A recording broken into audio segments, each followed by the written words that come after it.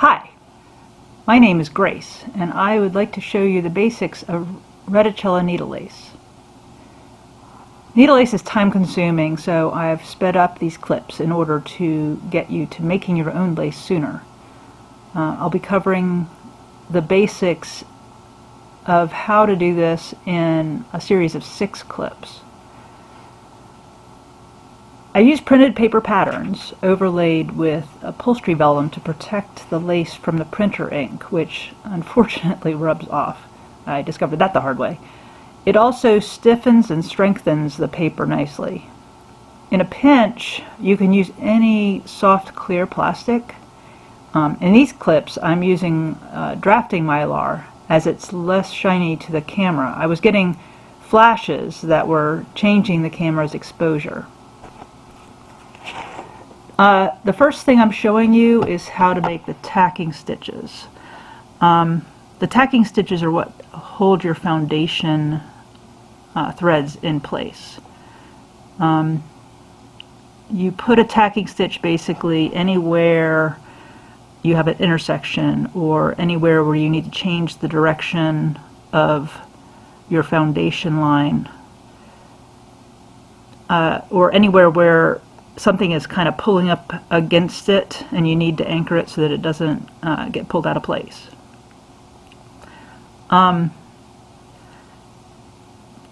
tacking stitches, it takes a little bit of experience to learn how big to make them. The ones kind of in the center that are getting pulled in multiple directions need to be smaller and more precise than the ones on the edge that are only getting pulled inwards. Or the picots, you can have the other side of the picot go pretty far out. A lot of times I'll try and double up the tacking stitches that I use for 2 different picots, just because, you know, less tacking stitches means less time. And making them bigger when you can is good because you can slip the point of your scissors in easier when you go to remove your pattern piece from your pattern. The thread I'm using is just a regular sewing thread. I used to use white thread. Actually, the first thing I tried was a red thread. Unfortunately, that left minute fibers lodged in my lace that discolored it.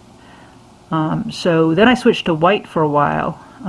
That was fine, but it was hard to tell the tacking stitches, which you need to remove at the end with tweezers, from the threads that you've sunk down into your pattern to the back to get rid of them, of your actual threads, your real threads, that will have to be cut off.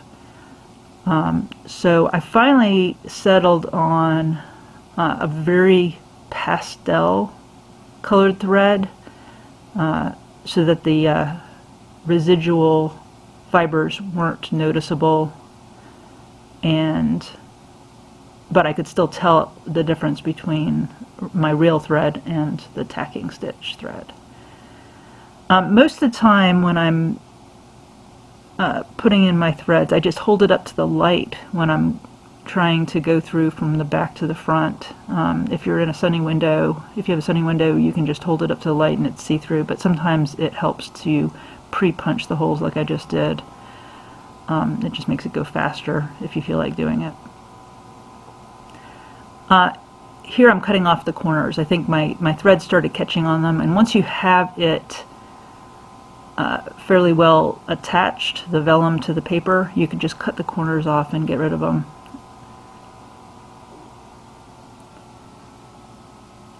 The tacking stitches are pretty easy.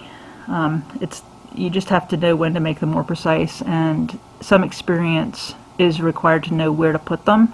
I've created patterns that I have on my web page that already have where I think you need the tacking stitches marked with a little red dash, just so that you can start making lace without really knowing yet where they're supposed to go. and then you can figure it out by the time you actually have to make your own patterns.